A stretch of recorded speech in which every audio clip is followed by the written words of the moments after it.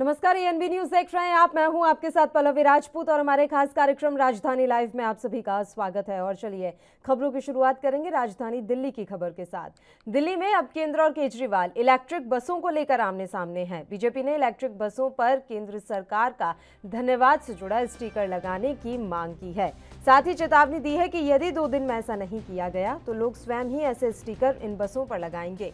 मंगलवार को दिन भर कभी बीजेपी तो कभी आप सरकार दोनों ही राजनीतिक दल इलेक्ट्रिक बसों के जरिए लोगों के लाभ से अधिक खुद के लिए श्रेय लेने की होड़ में जुटे रहे। बीजेपी नेताओं ने कहा कि फेम 2 योजना के तहत केंद्र सरकार ने दिल्ली को उपलब्ध कराई 150 इलेक्ट्रिक बसें, लेकिन दिल्ली सरकार क्रेडिट चुरा रही है। प्रदेश बीजेपी अध्यक्ष आदेश गुप्ता, सांसद प्रवेश वर्मा, विधायक विजेंद्र गुप्ता, प्रवक्ता प्रवीण शंकर कपूर, पूर्वांचल मोर्चा प्रदेश मंत्री एस राहुल सहित कई नेताओं ने कहा कि अब सरकार द्वारा डीटीसी बेड़े में आज तक एक भी नई बस नहीं जोड़ी गई।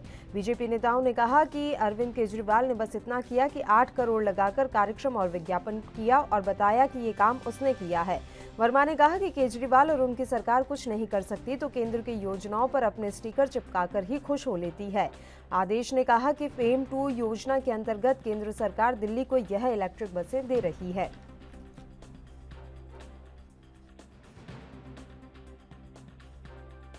देखिए, मैं इस 150 इलेक्ट्रिक बसें जो दिल्ली में आई हैं, जिससे दिल्ली का पर्यावरण शुद्ध होगा, मैं इसके लिए प्रधानमंत्री नरेंद्र मोदी जी का और केंद्र सरकार की फेम 2 योजना का बहुत धन्यवाद करता हूं, जिन्होंने पूरे देश में 7,000 से ज़्यादा इलेक्ट्रिक बसें दी हैं, जिसमें दिल्ली की सरकार ने 300 इलेक्ट्रिक बसें मांगी थी, जिसमें पहली खेप आज दी है दिल्ली के अंदर 150 बसों का। दुर्भाग्य है इस दिल्ली का कि दिल्ली के मुख्यमंत्री हमेशा केंद्र की योजनाओं की क्रेडिट लेने की तो हमेशा कोशिश करते हैं, लेकिन कभी भी केंद्र की सरकार की योजनाओं से जो उन्हें पैसा मिलता है, जो बसें मिलती हैं या जो अन्य साधन मिलते हैं। इस खबर पर तमाम जानकारी के साथ दिल्ली से हमारे संवाददाता राजीव तिवारी इस समय लाइव जुड़ गए हैं। सीधा उन्हीं का रुख करते हैं। राजीव, आपसे पूरी जानकारी चाहेंगे। केंद्र और केजरीवाल एक बार फिर से आमने सामने हैं और इस बार जो मसला है वो इलेक्ट्रिक बसों पर छिड़ गया है।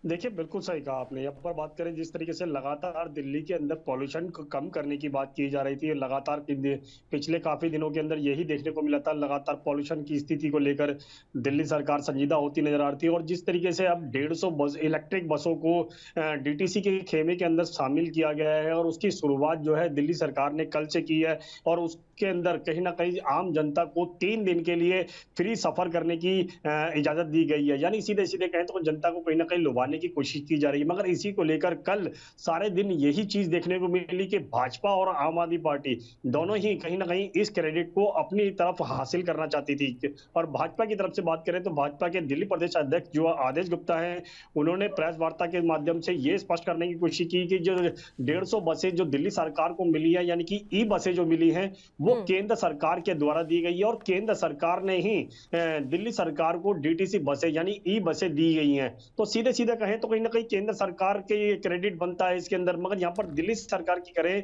तो दिल्ली सरकार इस क्रेडिट को अपनी तरफ लेती हुई नजर आई और यहाँ तक कि जो स्टिकर लगाए गए हैं और यहाँ तक कि जो जनता को 3 दिन का जो सफर है वो फ्री करने की जो बात की जा रही है, तो उसके लिए कहीं ना कहीं दिल्ली सरकार कोशिश कर रही है कि दिल्ली सरकार ही इसके लिए कह सकते हैं उपलब्धि हासिल करे। मगर यहाँ पर जिस तरीके से आरोप प्रत्यारोप कल देखने को मिले और लगातार कहीं ना कहीं कह सकते हैं एक दूसरे के ऊपर छींटाकशी भी की गई और यहाँ तक कि ये भी कहा गया दिल्ली भाजपा के द्वारा कि जो केंद्र सरकार जो सुविधाएं दिल्ली सरकार को दे रही है उसका क्रेडिट सिर्फ आम आदमी पार्टी जो है अपने कंधों पर रखना चाहती है। तो कहीं ना कहीं इस तरीके की जो प्रतिक्रिया है वो कहीं ना कहीं नहीं होनी चाहिए और यहाँ तक कि भाजपा की तरफ से एक चेतावनी भी दी गई है कि जो दिल्ली सरकार ने जो बसों पर डीटीसी बसों पर यानी कि ई बसों पर जो स्टिकर लगाए हैं उसके अंदर एक और स्टिकर लगाया जाए जिसके अंदर केंद्र सरकार का धन्यवाद किया जाए।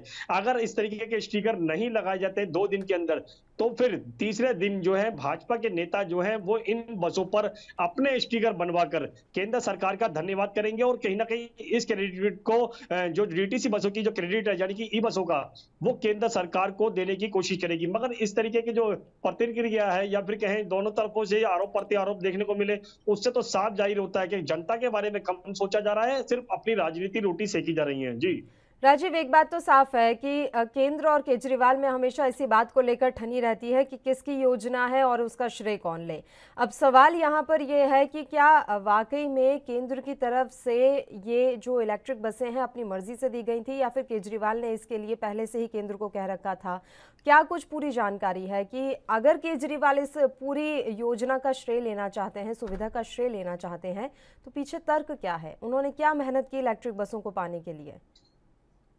देखिए बिल्कुल सही कहा आपने। यहाँ पर बात करें, जब पॉल्यूशन की स्थिति दिल्ली के अंदर बढ़ रही थी तो दिल्ली सरकार ने केंद्र सरकार से गुहार लगाई थी कि दिल्ली के अंदर पॉल्यूशन को कंट्रोल करने के लिए और जो डीटीसी की जो पुरानी बसें हैं उनको हटाने के लिए नई बसें मांगी गई थी। और इसी को लेकर कह सकते 7,200 बसें केंद्र सरकार के द्वारा मांगी गई थी, जिसके अंदर कह सकते हैं 150 बसें जो हैं, ई बसें जो हैं वो दिल्ली सरकार को दी जा चुकी हैं। और पहला खेमा ये दिया जा चुका है और अभी दूसरा खेमे में सीएनजी बसें जो हैं वो दिल्ली सरकार को दी जाएगी। लगभग 600 से 700 बसें जो हैं वो दिल्ली सरकार को सीएनजी बसें मिलेंगी। मगर यहाँ पर बात करें दिल्ली सरकार की, दिल्ली सरकार बार बार केंद्र सरकार की योजनाओं की बात करें तो केंद्र सरकार जैसे घर घर राशन योजना थी वो भी केंद्र सरकार की थी और उसको भी कहीं ना कहीं दिल्ली सरकार अपने खेमे में लेना चाहती थी, क्योंकि इस तरीके की उपलब्धि जो है वो दिल्ली सरकार कह रही थी कि हम जनता को देना चाहते हैं, केंद्र सरकार नहीं दे रही है। मगर यहाँ पर जिस तरीके से डीटीसी बसों की बात करें या फिर ई बसों की बात करें या फिर सीएनजी बसों की बात करें, उसको लेकर कहीं ना कहीं दिल्ली सरकार क्रेडिट जो है वो अपने कंधों पर रखना चाहती है। मगर यहाँ पर जनता के लिए जिस तरीके से 3 दिन का फ्री सफर देने की बात की गई तो वो कहीं ना कहीं दिल्ली सरकार के द्वारा दिया गया है। यानी कि जो स्टिकर का खर्चा है या फिर उद्घाटन का जो खर्चा है या फिर कहें 3 दिन का जो फ्री सफर का खर्चा होगा वो 8 करोड़ रुपए बताया जा रहा है और उसका 8 करोड़ का जो खर्चा है वो दिल्ली सरकार कर रही है। मगर जो बसों का खर्चा है, यानी जो बसें जो खरीदी गई हैं वो केंद्र सरकार के द्वारा खरीदी गई हैं और उस क्रेडिट को लेकर दोनों ही तरफों से आरोप प्रत्यारोप देखने को मिल रहे हैं। जी राजीव, इस बस के बारे में हम आपसे और ज़्यादा जानकारी चाहेंगे कि ये इस बस में किस तरीके की सुविधाएं होंगी और उसके अलावा कुल कितनी बसों का अभी आना है बीड़ा, मतलब अभी 150 दी गई हैं, टोटल कितनी बसें सड़कों पर दौड़ती हुई नजर आएंगी? देखिए बिल्कुल सही कहा आपने। यहाँ पर बात करें बसों के अंदर सुविधाएं क्या दी जाएंगी, ये अभी दिल्ली सरकार की तरफ से नहीं स्पष्ट किया गया है। सीसीटीवी कैमरे की बात करें तो सीसीटीवी कैमरे अभी इन बसों के अंदर नहीं है। मगर बात करें जिस तरीके से मार्शल की, तो मार्शल बिल्कुल अभी भी स्टार्टिंग में तो नहीं दिए गए हैं। हो सकता है आने वाले दिनों के अंदर इसके अंदर मार्शल भी लगाए जाए, महिलाओं की सुरक्षा के लिए इंतजाम भी किए जाए। मगर अभी जो 3 दिन का जो सफर दिया जा रहा है, यानी फ्री से सफर दिया जा रहा है, वो उससे कहीं ना कहीं जनता के लिए कहीं ना कहीं कह सकते हैं जो जनता का क्रेडिट होगा वो कहीं ना कहीं दिल्ली सरकार को मिलता हुआ नजर आएगा। मगर बात करें जिस तरीके से केंद्र सरकार के द्वारा बसें कितनी दी जाएगी, ई बसें जो हैं वो लगभग 7,000 से ज्यादा बसें जो हैं वो दिल्ली सरकार को दी जाएगी। इसके अंदर लगभग 700 बसें जो हैं वो सीएनजी बसें होंगी और लगभग कह सकते हैं 11,000 बसें जो हैं वो दिल्ली सरकार ने केंद्र सरकार से मांगी है। मगर अभी तक 7,000 बसें ही दी जाएंगी, जिसके अंदर सीएनजी बस की बात करें और कह सकते हैं ई बसों की बात करें, वो ही दोनों बसें जो हैं वो दिल्ली सरकार को दी जाएगी। मगर दिल्ली सरकार जो है इसके अंदर कहीं ना कहीं राजनीति करती नजर आ रही है। सारा क्रेडिट जो है वो दिल्ली सरकार अपने कंधों पर लेना चाहती है। इसी को लेकर जिस तरीके से भाजपा की तरफ से भी कल आरोप लगाए गए कि केंद्र सरकार ने इन बसों को दिया है और केंद्र सरकार को ही धन्यवाद करना चाहिए और केंद्र सरकार का ही इसका अंदर क्रेडिट होना चाहिए। मगर दिल्ली सरकार अपनी तरफ क्रेडिट लेना चाहती है और केंद्र सरकार अपनी तरफ लेना चाहती है। मगर यहाँ पर जनता की बात करें तो जो 3 दिन का सफर होगा वो सिर्फ उसका खर्चा जो है वो दिल्ली सरकार अपनी कंधे से उठा रही है और दूसरी तरफ बात करें 3 दिनों के बाद में इसका सफर का जो खर्चा होगा वो जनता से ही वसूल किया जाएगा। वो चार्जिंग कितना रखा जाएगा ये दिल्ली सरकार के ऊपर अभी स्पष्ट नहीं किया गया दिल्ली सरकार के द्वारा। जी शुक्रिया राजीव, आप हमारे साथ जुड़े तमाम जानकारी देने के लिए। खबरें अभी और भी हैं, एक छोटे से ब्रेक के लिए फिलहाल हम यहाँ रुक रहे हैं, जल्द हाजिर होंगे।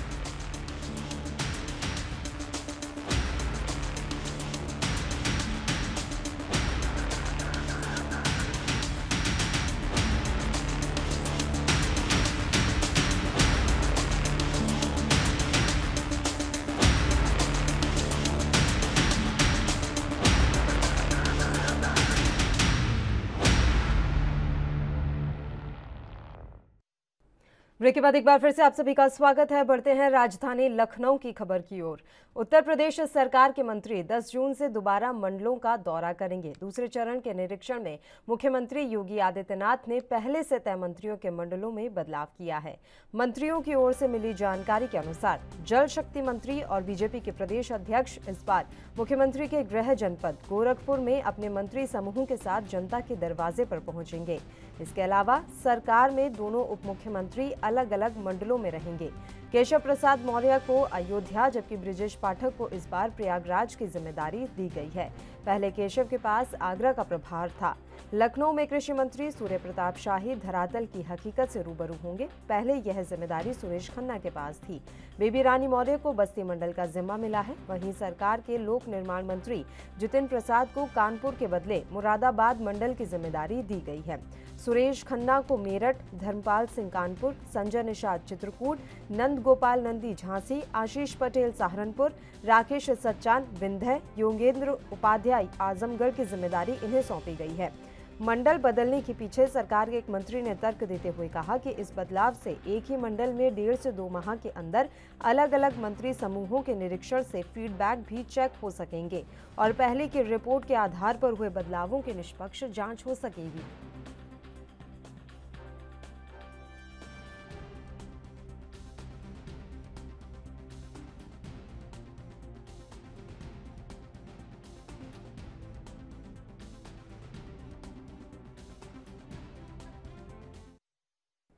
इस खबर पर तमाम जानकारी के साथ लखनऊ से हमारे संवाददाता जितेंद्र चौहान इस समय लाइव जुड़ गए हैं। सीधा उन्हीं का रुख करते हैं। जितेंद्र, आपसे पूरी जानकारी चाहेंगे। उत्तर प्रदेश सरकार के मंत्री 10 जून से फिर से मंडलों के दौरे पर रहेंगे, लेकिन इस बार कार्यक्रम में कुछ बदलाव किया गया है। क्या कुछ ये बदलाव है, पूरी जानकारी?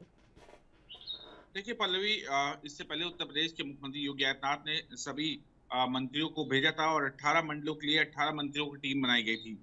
सभी ने अपने अपने जिलों के रिपोर्ट सौंपी और कहीं न कहीं जनता के बीच में जाकर, दलितों के घर खाना खाकर और कहीं न कहीं जिलों का निरीक्षण करके रिपोर्ट सौंपी उत्तर प्रदेश के मुख्यमंत्री योगी आदित्यनाथ ने। एक बार फिर उत्तर प्रदेश सरकार और उत्तर प्रदेश के मुख्यमंत्री योगी आदित्यनाथ ने मंत्रियों की टीम बनाई है और इस बार बदलाव ये है कि मंत्रियों का जो जिला है, जो उनका वो बदलने का काम किया गया, मंडलों को बदलने का काम किया गया है और कहीं न कहीं जो जमीनी हकीकत है उसको जानने के लिए सरकार कोशिश कर रही है। 10 जून को ये शुरू होगा, विधानसभा जब स्थगित हो जाएगा उसके बाद ये दौरे शुरू होंगे और कहीं ना कहीं दूसरे चरण का ये दौरे का निरीक्षण होगा। जून में 2 चरणों में होंगे मंत्रिमंडल के समूह। उसमें कृषि मंत्री 10, 11, 12 और 17, 18, 19 2 चरणों में दौरे होंगे। कृषि मंत्री सूर्य प्रताप शाही को लखनऊ की जिम्मेदारी दी गई है और कहीं ना कहीं डिप्टी सीएम केशव प्रसाद मौर्य को अयोध्या मंडल भेजा गया है। तो वहीं डिप्टी सीएम ब्रिजेश पाठक को प्रयागराज का दायित्व सौंपा गया है और सुरेश खन्ना को मेरठ मंडल और धर्मपाल सिंह को प्रयागराज कानपुर मंडल का दिया गया है। नंद गोपाल नंदी उनका झांसी के मंडल का दायित्व दिया गया। स्वतंत्र देव सिंह मुख्यमंत्री योगी आदित्यनाथ का जो गढ़ है उसमें गोरखपुर जाने का काम किया जाएगा। आशीष पटेल सहारनपुर जाएंगे। संजय निषाद चित्रकूट, राकेश सचान विंध्याचल, ऐसे कहीं ना कहीं सभी मंत्रियों को जिम्मेदारी दी गई है और कहीं ना कहीं जनता के बीच में जाकर जो हकीकत है उसको जानने की कोशिश की जाएगी और कितना क्या क्या योजनाएं जनता तक पहुंच रही है केंद्र सरकार की, राज्य सरकार की, इन सब योजनाओं को जनता के बीच जानने की कोशिश की जाएगी और जनता की नब्ज टटोलकर आने वाला जो समय है उसमें योजनाएं तैयार की जाएंगी, कार्य योजना। इसके बाद भी रिपोर्ट सौंपी जाएगी उत्तर प्रदेश के मुख्यमंत्री योगी आदित्यनाथ को और हर मंडल की स्थिति जानने की कोशिश की जाएगी कि किस मंडल में किस योजनाओं की ज्यादा जरूरत है और जनता के बीच में किस चीज की जरूरत है। क्योंकि 2024 का नजदीक चुनाव है, उसको लेकर प्रदेश सरकारों ने तैयारी करी, उत्तर प्रदेश सरकार भी तैयारी कर रही है और उत्तर प्रदेश इस बार सरकार जो चुनकर आई है वो कोशिश कर रही है कि जनता के हित में ज्यादा से ज्यादा काम किया जाए और जनता को जिस चीज की जरूरत है उन जरूरतों को ज्यादा पूरा किया जाए। जितेंद्र, अभी ये भी जानकारी मिली है कि मंडलों के दौरे का जो ये कार्यक्रम था इसके बारे में खुद प्रधानमंत्री नरेंद्र मोदी ने फीडबैक लिया था। देखिए पल्लवी, बिल्कुल जाहिर सी बात है, मैंने आपसे पहले भी बताया कि और 2024 का नजदीक चुनाव है और जाहिर सी बात है कि प्रधानमंत्री नरेंद्र मोदी को 2 बार जिम्मेदारी दी गई है प्रधानमंत्री पद की और कहीं ना कहीं 24 के चुनाव को देखते हुए कह सकते हैं मंडलों की, जिलों की पूरी स्थिति जानने की कोशिश केंद्र सरकार भी कर रहा है और कहीं ना कहीं कितनी, ये भी कह सकते हैं कि नाराजगी और प्रशंसा, उन दोनों की जानने की कोशिश की जाएगी कि केंद्र सरकार की जो योजनाएं हैं वो जी। जनता तक धरातल पर कितनी पहुंची, उन सबको भी जानने की कोशिश करेगी। और साथ साथ इस बीच में कार्यक्षेत्र बदलना की कितना काम हुआ है मंडलों में, कितना जिलों में काम हुआ, क्योंकि 100 दिन की कार्य योजना तैयार की गई है और इस कार्य योजना में काम लगातार चल रहा है और बजट सत्र चल रहा है। और बजट सत्र पूरा आने का, ये 26 मई को बजट आने के बाद कितना, किसको कितना बजट मिलेगा और कितना विकास किया जाएगा, ये थोड़ा सा हम इंतजार करना होगा। और कहीं ना कहीं जो धरातल की स्थिति है उसको जानने की कोशिश की जाएगी। बजट मिलने के बाद सभी जिलों को कुछ ना कुछ मिलेगा और कहीं ना कहीं विकास का जो काम है वो तेजी से सरकार करने की कोशिश करेगी। और कोशिश में सरकार ये पूरी तरह से जानने की कोशिश करनी चाहती है कि किसी जरूरत जहां है उन पर विकास पे फोकस किया जाए और बजट उसी हिसाब से बांटा जाए। तो कोशिश ये करें हर विभाग को कहीं ना कहीं देना होगा और सरकार पूरी तरह से कटिबद्ध है और विकास को लेकर भी, व्यवस्था को लेकर पूरी तरह से जाने की। कार्यक्षेत्र बदलाव में सबसे बड़ा ये चीज है कि अलग अलग कार्यक्षेत्र में बदलाव, मंडलों में बदलाव करके जानने की कोशिश की है कि क्या किसी प्रकार की कोई कमी तो नहीं कि मंत्री पर तक वो बात ना पहुंचे, उस मंडल के मंत्री या जिले के मंत्री जो उनके विधायक के तौर पर भी हैं वो कितना विकास करें, उन सबको जानने की कोशिश होगी। प्रथम चरण का जो निरीक्षण रहा था जितेंद्र, उसकी क्या कुछ रिपोर्ट सामने निकल कर आई थी? देखिए, मुख्यमंत्री योगी आदित्यनाथ को रिपोर्ट सौंप दी गई है और ये दूसरा दौरा तैयार किया है। हालांकि रिपोर्ट में क्या निकल के आया ये अभी साफ नहीं है। मुख्यमंत्री योगी आदित्यनाथ को सीधे मंत्रियों ने अपनी रिपोर्ट सौंपी थी और दूसरे चरण की रिपोर्ट अब ये जाएगी और ये रिपोर्ट उत्तर प्रदेश सरकार से गुजर कर हमें लगता है कि केंद्र सरकार के पास भी जाएगी और केंद्र सरकार भी इस जिलों की स्थिति और मंडलों की स्थिति जानने की कोशिश की। धरातल पे कितनी योजनाएं हैं और धरातल पे किन योजनाओं की जरूरत है, उन सब पर काम करने के लिए सरकार पूरी तरह से तैयार है। शुक्रिया जितेंद्र, आप हमारे साथ जुड़े तमाम जानकारी देने के लिए। खबरें अभी और भी हैं, फिलहाल वक्त तो चला एक छोटे से ब्रेक का, आप बने रहिए हमारे साथ।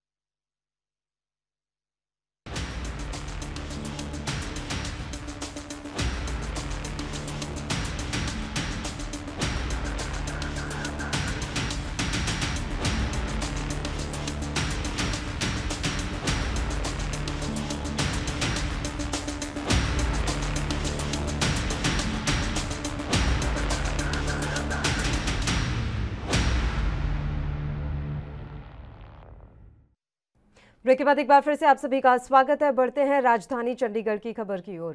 पंजाब में स्वास्थ्य विभाग के 58 करोड़ रुपए के निर्माण कार्य में 2% कमीशन मांगने का आरोप पंजाब के स्वास्थ्य मंत्री और उनके ओएसडी पर लगा और इसी के बाद बड़ी कार्रवाई दोनों पर की गई। दोनों पर भ्रष्टाचार रोको अधिनियम की धारा 7 और 8 के तहत मोहाली के फेज 8 के थाने में केस दर्ज हुआ।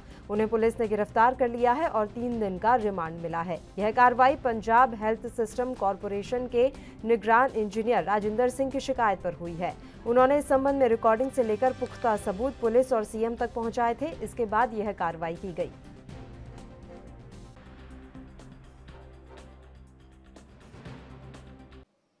साडी सरकार तह दिलों ईमानदार सरकार है।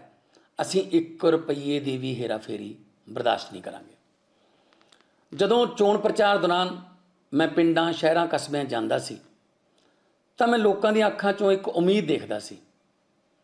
ਲੋਕਾਂ ਦੇ ਚਿਹਰਿਆਂ ਤੋਂ ਮੈਨੂੰ ਇੱਕ ਉਮੀਦ ਨਜ਼ਰ ਆਉਂਦੀ ਸੀ ਕਿ ਸ਼ਾਇਦ ਕੋਈ ਐਸਾ ਆਵੇਗਾ ਜਿਹੜਾ ਸਾਨੂੰ ਭ੍ਰਿਸ਼ਟਾਚਾਰ ਦੀ ਆ ਕਰਪਸ਼ਨ ਦੀ ਦਲਦਲ 'ਚੋਂ ਕੱਢ ਲੇਗਾ। ਤੇ ਜਦੋਂ ਮੈਨੂੰ ਮੁੱਖ ਮੰਤਰੀ ਦਾ ਚਿਹਰਾ ਐਲਾਨ ਕਰਨਾ ਸੀ ਤਾਂ ਦਿੱਲੀ ਦੇ ਮੁੱਖ ਮੰਤਰੀ ਤੇ ਆਮ ਆਦਮੀ ਪਾਰਟੀ ਦੇ क्रांतिकारी प्रधान श्री अरविंद केजरीवाल जी ने भी मैनू कहा सी कि भगवंत मैं 1 पैसे की भी बेईमानी ਰਿਸ਼ਵਤਖੋਰੀ, ਭ੍ਰਿਸ਼ਟਾਚਾਰੀ ਬਰਦਾਸ਼ਤ ਨਹੀਂ ਕਰ ਸਕਦਾ। ਤਾਂ ਮੈਂ ਉਹਨਾਂ ਨੂੰ ਵਚਨ ਦਿੱਤਾ ਸੀ ਕਿ ਜੀ ਬਿਲਕੁਲ ਇਦਾਂ ਹੀ ਹੋਊਗਾ। ਆਪਣੀ ਪਾਰਟੀ ਜਿਹੜੀ ਹੈ ਉਹ ਇੱਕ ਅੰਦੋਲਨ ਚੋਂ निकली हुई पार्टी है, करप्शन के खिलाफ अंदोलन चों निकली हुई पार्टी है। देखिए, जब हम लोग पंजाब में चुनाव लड़ रहे थे, लोगों के मन में सवाल आता था कि क्या ये पार्टी भ्रष्टाचार के खिलाफ वो लड़ाई लड़ पाएगी। और आज भगवंत मान साहब ने जो उदाहरण पूरे देश के सामने पेश किया है, लोगों के मन में ये बात अब घर कर गई कि आम आदमी पार्टी एक कट्टर ईमानदार पार्टी है। और जहाँ पर अन्य पार्टियों में इतने सालों से देखा जाता था कि लोग मंत्रियों के खिलाफ भ्रष्टाचार के आरोप लगाते थे, मीडिया में स्टोरियाँ चलती थी और सरकारें अपने मंत्रियों का बचाव करती थी, आज ये बात साबित की गई कि मंत्री से लेकर संतरी तक भ्रष्टाचार के खिलाफ आम आदमी पार्टी के अंदर ज़ीरो टॉलरेंस की पॉलिसी है। और 2015 का वो समय मुझे याद आता है जब अरविंद केजरीवाल जी की सरकार बनी थी और एक मंत्री के खिलाफ इस तरह से आरोप सिर्फ मुख्यमंत्री को आए थे। जैसे यहाँ पे सिर्फ भगवंत मान को पता चले, वहाँ पे सीएम अरविंद केजरीवाल को पता चले और अरविंद केजरीवाल जी ने अपने उस मंत्री को तुरंत जो है अपनी कैबिनेट से हटाया था। चंडीगढ़ से हमारे संवाददाता अमित कुमार इस खबर पर तमाम जानकारी के साथ इस समय हमारे साथ जुड़ गए हैं। अमित, आपसे पूरी जानकारी चाहेंगे। पंजाब के सीएम भगवंत मान के द्वारा भ्रष्टाचार के खिलाफ जो कार्रवाई की गई, ये मामला उजागर कैसे हुआ? किस तरीके से पता चला कि पंजाब सरकार में बैठे मंत्री ही भ्रष्टाचार में लिप्त हैं और उनके ओएसडी को भी गिरफ्तार किया गया है?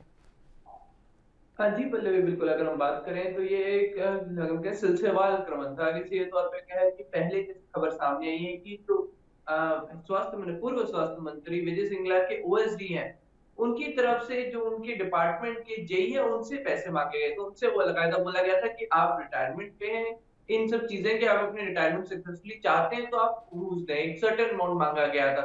उसके साथ साथ एक जो उनके तहत कॉन्ट्रैक्ट थे, जो गवर्नमेंट सरकारी कॉन्ट्रैक्ट हेल्थ डिपार्टमेंट के अंदर अलॉट होने थे, उनके ऊपर भी बकायदा 2% की कमीशन मांगी गई थी हर एक कॉन्ट्रैक्ट पे। जो कॉन्ट्रैक्ट दिए जाएंगे उनमें 2% कमीशन मांगी गई थी। जिसके बाद अगर हम कहें कि बार्गेन का सिलसिला चला, व्हाट्सएप कॉल के थ्रू सर्विस करनी चाहिए कि नॉर्मल कॉलिंग या मीटिंग के जरिए नहीं, जो सारी चीजें हुई है, जो सारी अगर हम कहें कि घूस मांगी गई, करप्शन के लिए पैसे मांगे, वो सब कुछ व्हाट्सएप कॉल के जरिए हुआ। जिसकी शिकायत लेके अगर हम कहें कि अधिकारी खुद मुख्यमंत्री भगवंत मान के पास गए, उन्होंने बकायदा रिकॉर्डिंग, जी हाँ, जो कॉल रिकॉर्डिंग है, जो मीटिंग है, क्योंकि पहले से ही तौर पे हम बता दें कि जब पहले कॉल से नहीं माने कि जो करप्शन के लिए पैसा मांगे, जब उसके लिए वो रेडी नहीं हुए तो उनको बकायदा पंजाब भवन बुलाया गया, जहाँ पे 203 कमरे उनकी मुलाकात कराई गई, जिसमें खुद जैसे जानकारी मिल रही है कि उस समय के स्वास्थ्य मंत्री विजय सिंगला भी शामिल थे ओएसडी के साथ। तो उस पूरे इंसिडेंट की रिकॉर्डिंग की गई और वो रिकॉर्डिंग मुख्यमंत्री भगवंत मान को सौंपी गई। वो जब रिकॉर्डिंग मुख्यमंत्री भगवंत मान को हुई तो उसके अलावा उन्होंने इसके ऊपर सिर्फ रिकॉर्डिंग के बेस पे, उसके अलावा उन्होंने अपनी लेवल पे पूछताछ शुरू करवाई। उन्होंने अपनी तरफ से छानबीन शुरू कर 10 दिन तक, जैसे हमें जानकारी मिल रही है कि 10 दिन तक इंटरनल जांच हुई और जिसके बाद सबूत इकट्ठे किए गए। और जब ये पाया गया कि हाँ एक्चुअल में ही करप्शन की जा रही है, एक्चुअल में पैसे मांगे जा रहे हैं और करीब 1 से 2% की कमीशन मांगी जा रही है, तो उसके बाद मुख्यमंत्री भगवंत मान कल एक्शन में आते हैं। कल सबसे पहला एक्शन उनका ये था कि उन्होंने खुद स्वास्थ्य मंत्री विजय सिंगला को पहले बर्खास्त किया, कैबिनेट से निकाला और इसकी नोटिफिकेशन कल शाम को जारी हो चुकी थी। उसके बाद उन्होंने पंजाब पुलिस को उनके खिलाफ केस दर्ज करने के लिए कहा और उसके कुछ ही देर में केस दर्ज होने के करीब 11:30 के करीब केस दर्ज हुआ और उसके ठीक तुरंत बाद अगर हम कहें आपको कि उनकी गिरफ्तारी के प्रोसेस शुरू हो गया और तब 2 बजे करीब उनको गिरफ्तार भी कर लिया गया। शाम को 5 बजे उन्हें 5 बजे करीब मोहाली कोर्ट में पेश किया गया। उसके बाद उनको 6 फेज सिविल हॉस्पिटल लेके गए जहाँ पे उनका मेडिकल हुआ और फाइनली उनको 8 जो सेक्टर 8 के 8 फेज के जो पुलिस थाना है वहां पे 3 दिन की पुलिस रिमांड मिलेगी। कोर्ट से 27 तारीख तक की पुलिस को पुलिस रिमांड मिल चुकी है। अब ये जांच की जाएगी कि किन किन जगहों से उन्हें करप्शन के पैसे मिले हैं, किन किन से मांगे गए थे, क्योंकि उनके ओएसडी प्रदीप कुमार उनको भी अरेस्ट कर लिया गया है। क्योंकि मेन जो अक्यूज है, अगर हम एफआईआर भी चेक करते हैं तो मेन अक्यूज उनके ओएसडी है और विजय सिंगला का नाम दूसरे नंबर पे आता है। अभी चेक होगा कि क्या मेन कल्प्रिट ओएसडी है या फिर एक्चुअल पीछे सारी बागडोर स्वास्थ्य मंत्री विजय सिंगला संभाल रहे थे, कि एक्चुअल में जो पैसे उनकी तरफ से मांगे जा रहे थे। इसकी अब छानबीन की जाएगी, पर उनकी ओएसडी के गिरफ्तारों से अब कई कड़ियां खुलेगी। कि मेन करप्शन का पैसा कहाँ से आ रहा था, किन किन से पैसा मांगा गया था, किन किन ने पैसा दिया है, उन सब चीजों की जांच अब और ज्यादा तेजी से होगी, क्योंकि वो कल ही अरेस्ट हो चुके हैं। अमित, जब उन्हें गिरफ्तार करके ले जाया जा रहा था तो पत्रकार उनसे बातचीत करने की कोशिश कर रहे थे, तो लगातार सिंगला कह रहे थे कि मेरे खिलाफ साजिश रची गई है, मैंने भ्रष्टाचार नहीं किया है। वो लगातार अपने ऊपर लगे आरोपों को नकार रहे थे। हाँ जी, बिल्कुल। जब वो कोर्ट से, जब उनको 3 दिन के पुलिस रिमांड में भेजा गया, जब कोर्ट से बाहर आ रहे थे, तब हमने उनसे बात करने की कोशिश की थी। तब उनकी तरफ से सिर्फ एक स्टेटमेंट दिया गया, अगर हम ज्यादा कुछ नहीं बोले, कि मुझे फंसाया जा रहा है, पार्टी की इमेज को खराब करने की कोशिश की जा रही थी। ये चीज उन्होंने क्लियर कर दी कि उन्हें फंसाया जा रहा है और पार्टी की इमेज को खराब करने की कोशिश की जा रही है। उन्होंने बोला कि एज वो बेगुनाह है, तो इनडायरेक्टली वो बोल चुके हैं। उन्होंने पार्टी से भी सपोर्ट कहीं ना कहीं उनको उम्मीद है कि शायद पार्टी की तरफ से उन्हें सपोर्ट मिलेगा। पर एक तरह से हम देख सकते हैं करप्शन के खिलाफ पार्टी अपना स्टैंड क्लियर कर चुकी है, मुख्यमंत्री भगवत मान अपना स्टैंड क्लियर कर चुकी है। करप्शन को किसी भी हाथ में चलने नहीं दिया जाएगा, जो करप्शन करेगा उसके ऊपर सख्त से सख्त कार्रवाई की जाएगी, उन्हें बिल्कुल भी नहीं बचाया जाएगा। और इसका सीधा एग्जाम्पल हम देख सकते हैं, क्योंकि ना जो करप्शन की जानकारी मीडिया में थी, ना ही ओपन कहीं पर किसी फोरम में थी। सीधी शिकायत अगर हम कहें मुख्यमंत्री के पास पहुंची थी, और मुख्यमंत्री चाहते तो इस बात दबाई जा सकती है, इसे डाउन प्ले की जा सकती है, या फिर हम कहें विजय सिंगला को वार्निंग दी जा सकती है कि आप ये चीज करें, गलत करें से पार्टी की इमेज खराब होगी। पर उससे एक लेवल ऊपर जाके खुद मुख्यमंत्री भगवत मान ने पहले बर्खास्त किया, फिर उसके ऊपर एक हम कह सकते हैं कि एफआईआर दर्ज कराई करप्शन एक्ट के तहत। तो हम सीधे तौर पर देख सकते हैं कि बिल्कुल करप्शन के बिल्कुल खिलाफ आम आदमी पार्टी चल रही है, और किसी को भी, चाहे वो मंत्री हो, चाहे वो कैबिनेट मंत्री हो, सीधे तौर पर हम कहें, या फिर एमएलए, किसी को भी बख्शा नहीं जाएगा। एक स्टैंड बिल्कुल क्लियर करते हुए नजर आ रहे हैं मुख्यमंत्री। चलिए, शुक्रिया अमित, आप हमारे साथ जुड़े तमाम जानकारी देने के लिए। एक और छोटे से ब्रेक के लिए यहाँ रुक रहे हैं, आप बने रहिए हमारे साथ।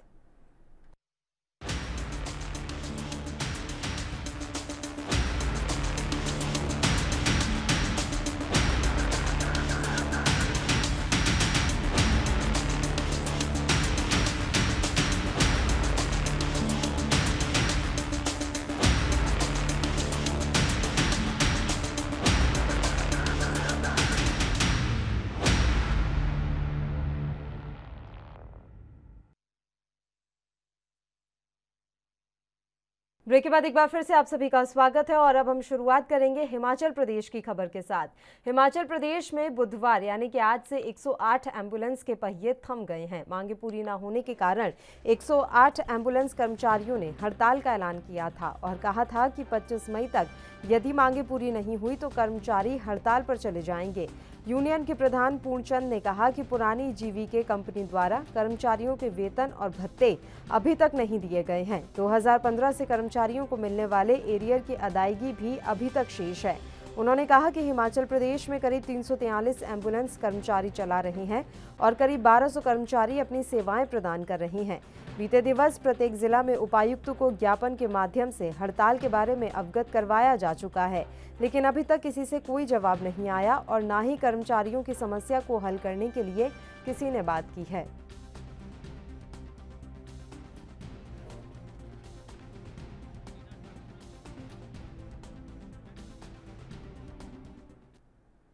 खबर पर तमाम जानकारी के साथ ब्यूरो चीफ हिमाचल प्रदेश से टीना ठाकुर जी इस समय हमारे साथ जुड़ गई हैं। टीना जी, आपसे पूरी जानकारी हम चाहेंगे। 108 एम्बुलेंस कर्मचारी आज से हड़ताल पर चले गए हैं, क्या कुछ उनकी मांगे हैं और सरकार की तरफ से उनकी मांगों को लेकर क्या कुछ रुख है? दो कर्मचारी काफी पुराने समय से चली आ रही है, तो सबसे बड़ी मांग वो एक ही उनका 2015 से लंबित है। इस वक्त कोई दूसरी कंपनी काम कर रही थी, तो इनकी मांग थी कि एरियर उसकी कंपनी के जरिए दिया जाए, लेकिन उस वक्त कंपनी का जो करार था वो हिमाचल सरकार के साथ खत्म और सीधे की कंपनी का काम छोड़कर चली गई। उसके बाद किसी दूसरी कंपनी को करार दिया गया। तो जो 108 और 2 कर्मचारी यूनियन के ऊपर था, कर्मचारी यूनियन को उनका कहना है कि जो ये नई कंपनी है इससे अधिकारियों को काम पे रख लिया, लेकिन कर्मचारियों को अभी तक ज्वाइनिंग लेटर नहीं दिए गए हैं, इन्हें सिर्फ ऑफर लेटर पर ही रखा गया है।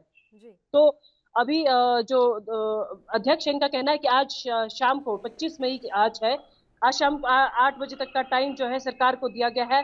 जिला प्रशासन को और अन्य लोगों को जो लोग हैं सूचित किया गया है कि अगर आज उनकी मांगों पर गौर नहीं किया गया तो निश्चित तौर पर जो है हड़ताल पे चले जाएंगे। इससे जो है वो सीधे सीधे जो स्वास्थ्य की जो सेवा है वो सीधे तौर पर प्रभावी होंगी, क्योंकि 1200 जो कर्मचारी हैं वो इस कंपनी के साथ जुड़े हुए हैं और जो 108 और 102 का जो एम्बुलेंस सेवा हिमाचल में चल रही है उसको चला रहे हैं। तो अगर ये कर्मचारी हड़ताल पे जाते हैं तो निश्चित तौर पे जो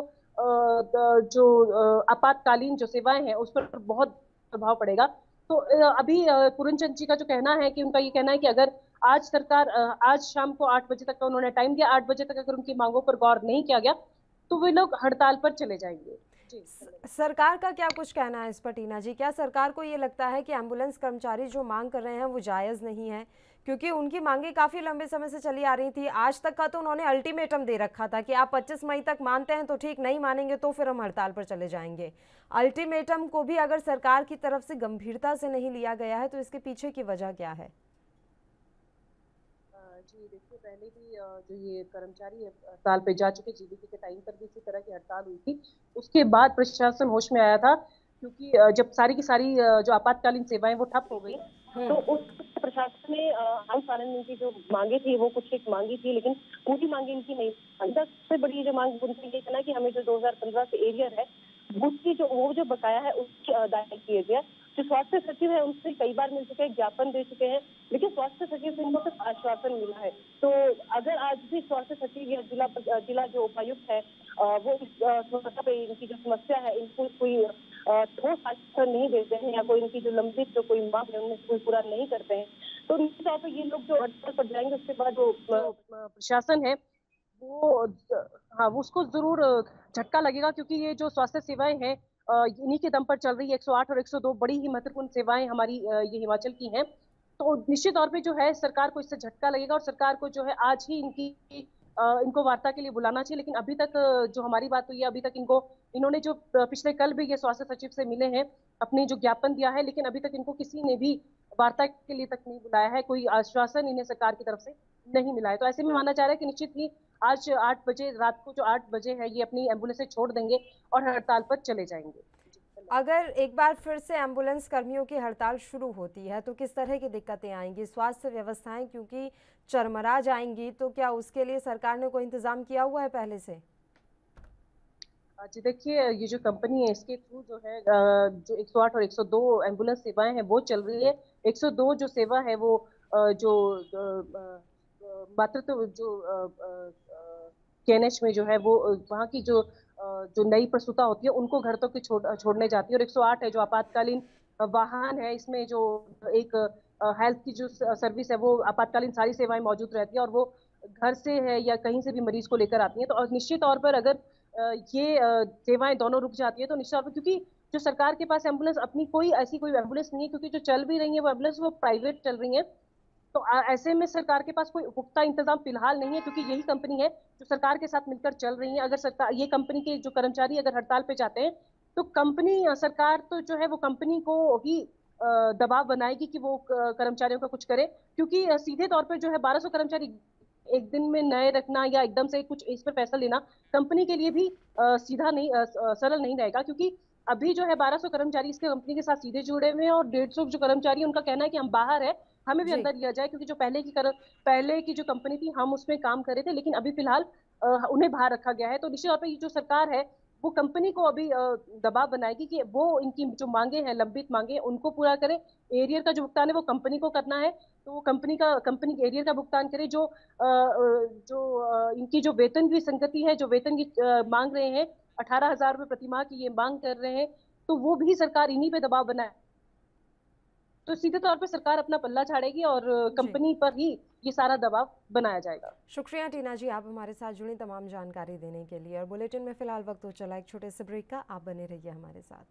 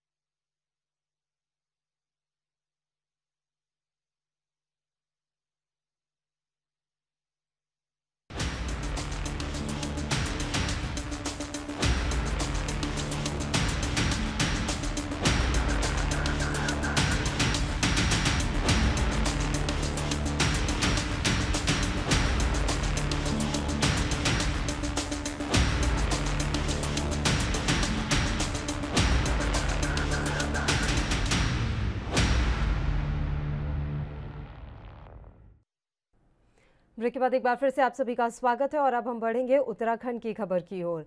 जुलाई को राज्यसभा से खाली हो रही सीटों पर उत्तराखंड में 10 जुलाई को मतदान किया जाएगा। निर्वाचन आयोग द्वारा चुनाव के लिए अधिसूचना भी जारी कर दी गई है, जिसके लिए नामांकन प्रक्रिया भी शुरू हो चुकी है। नामांकन की ये प्रक्रिया 31 मई तक चलेगी। उत्तराखंड में राज्यसभा की जो सीटें हैं वो 3 हैं, जिसमें से एक सीट से बीजेपी के अनिल बलूनी और दूसरी सीट पर नरेश बंसल और एक सीट पर कांग्रेस के प्रदीप टमटा राज्यसभा सांसद हैं। इन तीनों सांसदों को 4 जुलाई को कार्यकाल पूरा हो रहा है। उत्तराखंड में बीजेपी की सरकार है, ऐसे में राज्यसभा के लिए बीजेपी के ही प्रत्याशी राज्यसभा जाना तय माना जा रहा है। बीजेपी ने राज्यसभा की सीट के लिए प्रत्याशियों का पैनल बनाकर केंद्रीय हाईकमान को भेज दिया, जिस पर अंतिम फैसला केंद्रीय हाईकमान को ही करना है। पार्टी के प्रदेश प्रवक्ता विपिन कैंथोला ने बताया कि प्रदेश संगठन द्वारा एक पैनल केंद्रीय पार्लियामेंट की बोर्ड को भेजा गया है, लेकिन प्रत्याशी कौन होगा इस पर फैसला केंद्रीय पार्लियामेंट को ही करना है। उन्होंने कहा कि राज्य में बीजेपी की सरकार है, ऐसी स्थिति में बीजेपी के ही प्रत्याशियों का निर्विरोध चुना जाना तय है। आपको बता दें कि इससे पहले नरेश बंसल और अनिल बलूनी भी निर्विरोध चुनकर राज्यसभा पहुंचे थे।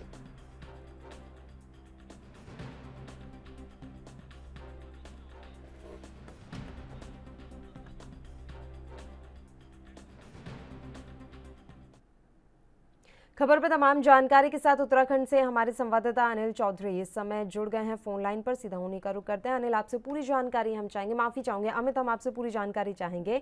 राज्यसभा की 3 सीटें खाली हो रही हैं और ऐसा तय माना जा रहा है कि तीनों सीट पर इस बार बीजेपी के ही प्रत्याशी निर्विरोध चुने जाएंगे।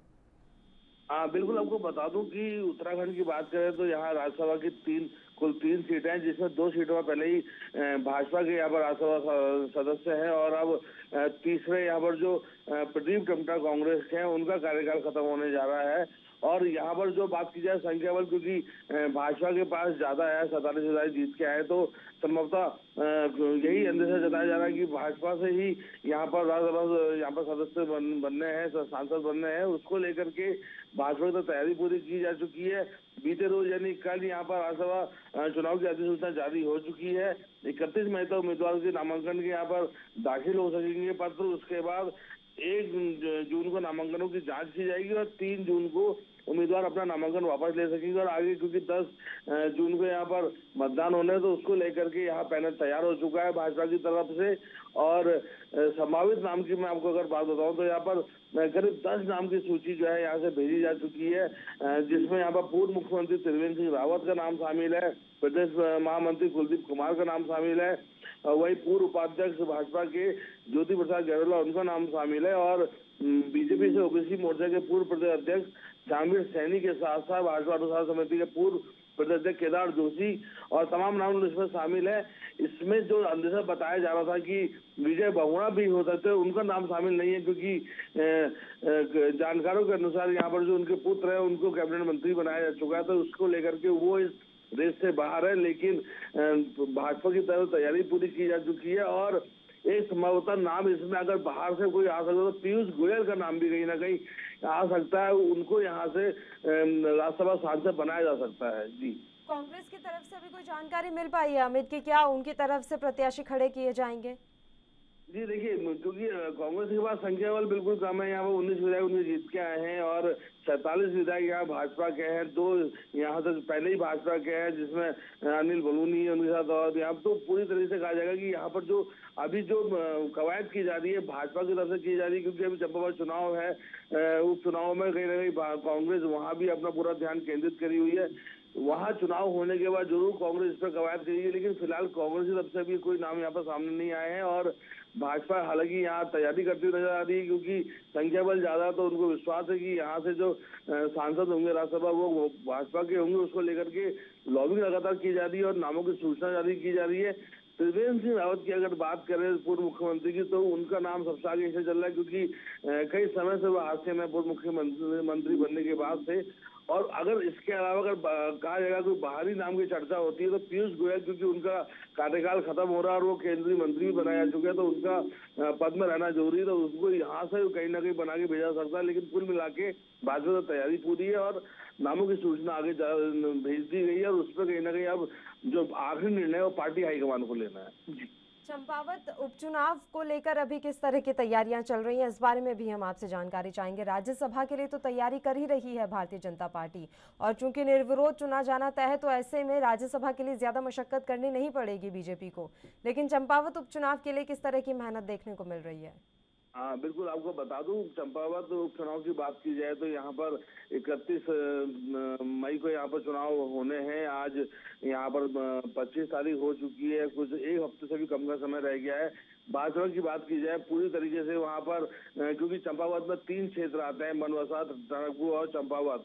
इन तीनों क्षेत्र में भाजपा अपनी बढ़त जो है वो मजबूत बनाने के लिए लगातार प्रयास करता है। तमाम भाजपा के प्रदेश संगठन के यहाँ पर बड़े चेहरे हो या बीजेपी सरकार के मंत्री हो, वो लगातार वहाँ पर पहुंच रहे हैं। जनता के बीच में लगातार कन्वेंसिंग की जा रही है, जनता को समझाया जा रहा है और कहीं ना कहीं जनता के मन में ये बात डाली जा रही है कि अगर मुख्यमंत्री यहाँ से जीतते हैं तो किस तरह विकास होगा, क्योंकि एक दूरस्थ विधानसभा है तो उसको लेकर के कवायद की जा रही है। वहीं कांग्रेस भी लगातार वहां पर अपने को मजबूत करने के लिए लगातार उनके बड़े चेहरे वहां पहुंच रहे हैं। हरीश रावत ने वहां मोर्चा संभाल लिया, करण मीणा लगातार वहां जनता के बीच में है। एक मैंडेट कहीं ना कहीं तैयार किया जा रहा है भाजपा की तरफ से कि लगातार, क्योंकि यहाँ पर जो पूर्व विधायक है उनके बीजेपी के हैं, तो एक कहीं ना कहीं जनता के सामने ये मैसेज दिया जा रहा है कि आप मुख्यमंत्री चुनने जा रहे हैं और मुख्यमंत्री को जिताने के बाद किस तरह के क्षेत्र का विकास होगा उसको लेकर के यहाँ पर तैयारी की जा रही है। चंपावत का रण पूरी तरीके से तैयार है, सज चुका है और यहाँ पर जो लगातार कोशिश की जा रही है कि दोनों ही पार्टी की तरफ से कि अपने अपने प्रत्याशियों को आगे बढ़ाया जाए और जनता के बीच में लाया जाए। लेकिन भाजपा की बात की जाए तो कहीं ना कहीं उसमें बाजी मारते दिखाई दे रहे, क्योंकि मुख्यमंत्री है सामने कांग्रेस के और एक बड़ा चेहरा है और खुद मुख्यमंत्री अगर चुनाव लड़ रहे हैं तो एक अपने आप में ही एक बड़ी बात बन जाती है, तो उसको लेकर तैयारी की जा रही है। राज्यसभा यहाँ पर चुनाव की अगर इधर बात करें चंपावत चुनाव में, तो चंपावत चुनाव का जो रण है वो बेहद ही यहाँ पर दिलचस्प नजर आ रहा है और वहीं राज्यसभा को लेकर के भी भाजपा तैयारी कर रही है और चंपावत चुनाव को भी लेकर लगातार तैयारी की जा रही है। जी अमित, राज्यसभा में लगातार कांग्रेस का जो संख्या बल है वो कम होता जा रहा है, तो ये कांग्रेस पार्टी के लिए एक बड़ी चिंता का विषय है। जब इस तरीके से संख्या बल उनका कम हो रहा है और अभी भी उन्हें पता है कि हम यहाँ अपना उत्तराखंड से राज्यसभा के लिए प्रत्याशी नहीं भेज सकते हैं, तो कांग्रेस पार्टी के कार्यकर्ताओं में किस तरह की हताशा देखने को मिल रही है, या कांग्रेस पार्टी का जो संगठन बिखरा हुआ दिखाई देता है उसे एकजुट करने की कवायद को कितना बड़ा झटका लगता है? ये देखिए, बिल्कुल बात की जाए कांग्रेस की तो कांग्रेस ना केवल उत्तराखंड की बात की जाए, पूरे देश में कहीं ना कहीं जिस तरीके से माहौल कांग्रेस के खिलाफ बनता जा रहा है और भाजपा जिस तरीके से अपना संख्या बल बढ़ाती जा रही है, तो उसको लेके एक चिंता का जरूर विषय कांग्रेस के लिए है। और यही एक समय है कि कांग्रेस को मंथन करने की जरूरत है और एक सिरे से कहीं ना कहीं कांग्रेस को बदलने की जरूरत है। उसको लेकर के कांग्रेस के तमाम नेता आपस में बात करते जरूर नजर आते हैं और एक चिंता की लकीर कहीं ना कहीं कांग्रेस के नेताओं में दिखाई देती है। उत्तराखंड की बात करें, 19 विधायक यहाँ जब जीत के आए और उसके बाद हालांकि कई यहाँ पर युवा विधायक ऐसे थे जो उन्होंने अच्छा परफॉर्मेंस करा लेकिन सरकार नहीं बन पाई।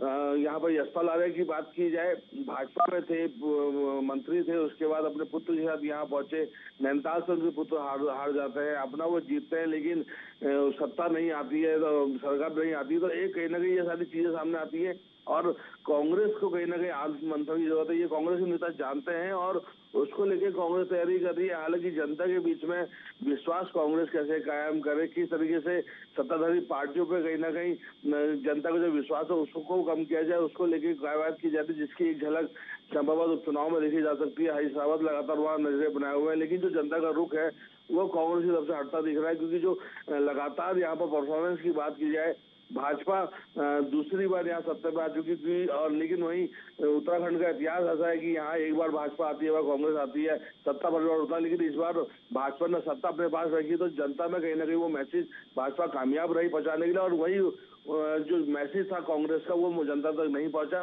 कांग्रेस के लिए आत्ममंथन की जरूरत है, ये उनके नेता जानता है और एक नए सिरे से कहीं ना कहीं पार्टी को खड़ा किया जाए, उसको लेकर कांग्रेस लगातार तैयारी कर रही है। इसके इधर भाजपा लगातार अपनी तैयारी जो है उसको आगे बढ़ा रही है और लगातार जो आगे जो आने वाले चुनाव है उनको लेकर लगातार तैयारी यहाँ पर की जा रही है। शुक्रिया अमित, आप हमारे साथ जुड़े तमाम जानकारी देने के लिए।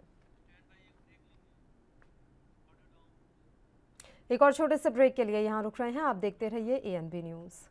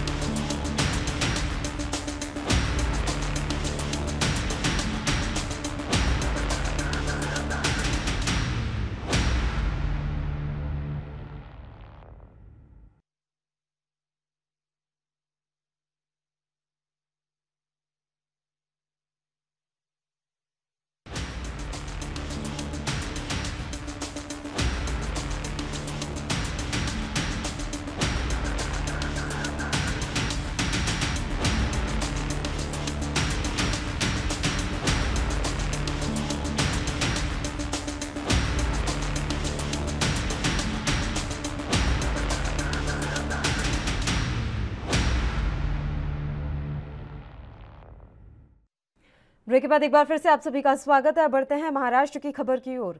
आतंकवाद विरोधी दस्ते ने मंगलवार सुबह पुणे के दाबोडी इलाके से एक संदिग्ध आतंकवादी जुनैद मोहम्मद को गिरफ्तार कर लिया है। एटीएस के अधिकारी पिछले 8 दिन से उससे पूछताछ कर रहे थे। आतंकियों से संलिप्तता पाए जाने के बाद उसे गिरफ्तार किया गया। कश्मीर के गजवते अल हिंद आतंकवादी संगठन से जुनैद मोहम्मद को 10,000 रुपए दिए जाने के सबूत मिले हैं। हालांकि इसके एवज में उसे कोई काम नहीं सौंपा गया था। जुनैद मूल रूप से अकोला जिले का निवासी है और वह 2 वर्ष से पुणे दापोडी इलाके में रह रहा था। संभावना है कि जुनैद ने पुणे में महत्वपूर्ण ठिकानों की रैकी की है। वह सोशल मीडिया के जरिए इस संगठन के संपर्क में था। वह जम्मू कश्मीर में लश्कर-ए-तैयबा के नेताओं के संपर्क में भी है। जम्मू कश्मीर में प्रतिबंधित आतंकी संगठन लश्कर-ए-तैयबा के सक्रिय सदस्यों के वे लगातार संपर्क में था। उसकी मदद से विभिन्न राज्यों के युवाओं को लश्कर-ए-तैयबा में शामिल होने और उन्हें जम्मू कश्मीर में आतंकवादी गतिविधियों को अंजाम देने के लिए प्रशिक्षित करने की कोशिश की जा रही थी।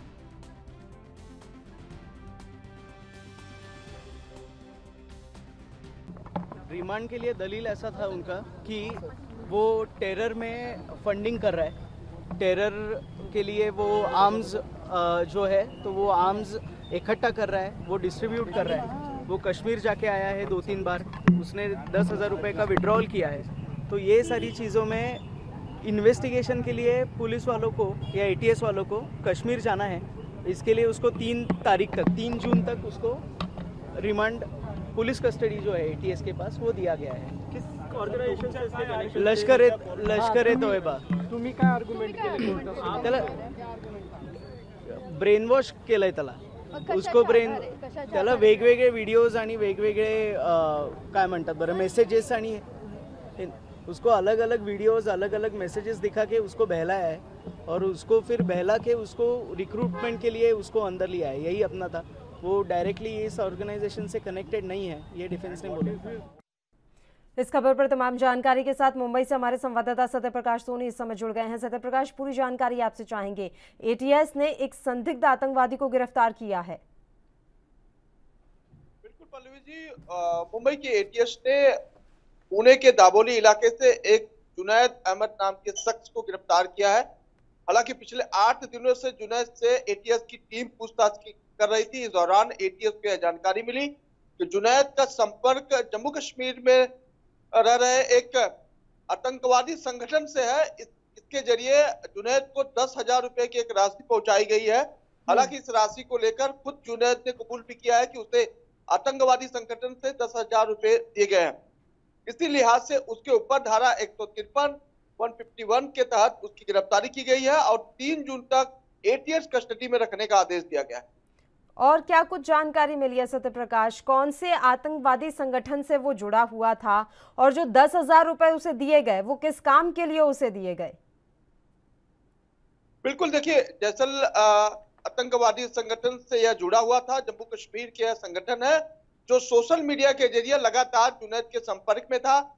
हालांकि जुनैद महाराष्ट्र के एक गांव का रहने वाला है, लेकिन लगातार जिस तरह से वो आतंकवादियों के संपर्क में है, उसके बाद से लगातार पुणे के कई इलाकों में उसने रेकी करके इंफॉर्मेशन जो है आतंकवादी संगठन को दिया था। इस तरह की जानकारी मिली है और यह भी मालूम पड़ा है कि वह सोशल मीडिया के जरिए कई तरह की वीडियोज और फोटोज जो है शेयर कर लोगों को आतंकवादी संगठन से जुड़ने के लिए तमाम युवाओं को जो है एकजुट करता था। उनमें देश के प्रति सद्भाव बिगाड़ने की जो है जिम्मेदारियां और जानकारियां भरता था। इस तरह की जानकारी मिली है, लिहाजा उसकी गिरफ्तारी हुई है। फिलहाल यह माना जा रहा है कि जुनैद के साथ साथ और कौन लोग शामिल है उसकी तफ्तीश जो है एंटी टेररिस्ट स्क्वाड जो है कर रही है। फिलहाल 3 जून तक एटीएस कस्टडी में रहने के बाद एटीएस के ऊपर बड़ी जिम्मेदारी है कि किस तरह से इसने बीच में जो सोशल मीडिया के जरिए तमाम जो संपर्क बनाया है वो किससे जब बनाया है और 10,000 रुपए की जो राशि उसे दी गई थी उस किस लिए दी गई थी, इसकी जानकारी निकाल रहे हैं। जानकारी ये भी मिल रही है कि 10,000 रुपए जो उसने लिए थे उसके एवज में कोई काम तो नहीं किया था, लेकिन वो लगातार युवाओं से संपर्क साध रहा था। भड़काऊ पोस्ट भी उसके द्वारा वायरल की गई है सत्यप्रकाश। बिल्कुल, देखिए, यह जानकारी खुद जम्मू कश्मीर से एटीएस को प्राप्त हुई है, जिसमें उसने बताया कि सोशल मीडिया के जरिए बार बार भड़काऊ भाषण और भड़काऊ पोस्ट जो है शेयर करता था, जिससे लोगों में आपसी सद्भाव बिगड़े और लोग जो है कहीं आतंकवादी संगठन के प्रति उनकी सद्भावना बने, जिससे वो ज्यादा की संख्या में जुड़े, इस तरह की पोस्टर वह डालता था। फिलहाल इस तरह की जानकारी है, जो 10,000 रुपए उसने कबूल किया है, लेकिन उसने ही कहा है एटीएस को कि वह अब तक इस 10,000 रुपए के एवज में कोई काम नहीं किया है। लेकिन एटीएस को यह संदेह है कि 10,000 रुपए जो दिया गया है वो कहीं न कहीं पुणे के कई इलाकों में रेकी करने के लिए दिया गया है। इस तरह की जानकारी मिली है, जिसकी जांच एटीएस कर रही है। एटीएस को मोहम्मद जुनैद के बारे में जानकारी कैसे मिली है? उन्हें कहां से पता चला कि इस तरह का कोई संदिग्ध आतंकवादी है जो पुणे में इस समय रह रहा है और लश्कर तैयबा जैसे आतंकी संगठन के साथ उसके तार जुड़े हुए हैं? शुरुआत कहां से हुई? बिल्कुल पल्लवी जी, देखिए जुनैद अहमद महाराष्ट्र के खेड़े गांव का रहने वाला है और जुनैद कई बार इस तरह की सोशल मीडिया पर पोस्ट डालता था। पुणे में जुनैद के खिलाफ एक मामला दर्ज किया गया था इसी तरह से विवादित पोस्ट डालने को लेकर, जिसकी जांच पुणे क्राइम ब्रांच कर रही थी, लेकिन पुणे क्राइम ब्रांच को जुनैद हाथ नहीं लगा। लिहाजा एंटी टेररिस्ट स्क्वाड मुंबई की एक शाखा को जो है जुनैद अहमद की जानकारी मिली। एटीएस ने जुनैद से करीब एक हफ्ते इस पूरे मामले में पूछताछ की। इस पूछताछ के दौरान जुनैद का संपर्क आतंकवादी संगठन से मिला और 10,000 रुपए के लेन देन भी आतंकवादी संगठन के द्वारा जुनैद तक पहुंचाया गया, इसकी भी जानकारी मिली। जुनैद ने इस बात को खुद खुलासा किया कि वह काफी लंबे समय से सोशल मीडिया के जरिए जो है जम्मू कश्मीर के एक आतंकवादी संगठन से जुड़ा था। इस तरह की जानकारी मिलने के बाद जो है कहीं न कहीं एटीएस सक्रिय हुई, उसकी गिरफ्तारी की। शुक्रिया सत्य प्रकाश, आप हमारे साथ जुड़े, तमाम जानकारी आपने हमें दी, हमारे साथ साझा की। इसी के साथ राजधानी लाइव में भी फिलहाल के लिए इतना ही। मुझे दीजिए इजाजत। देश और प्रदेश की तमाम ताज़ा खबरों के लिए आप बने रहिए हमारे साथ। नमस्कार।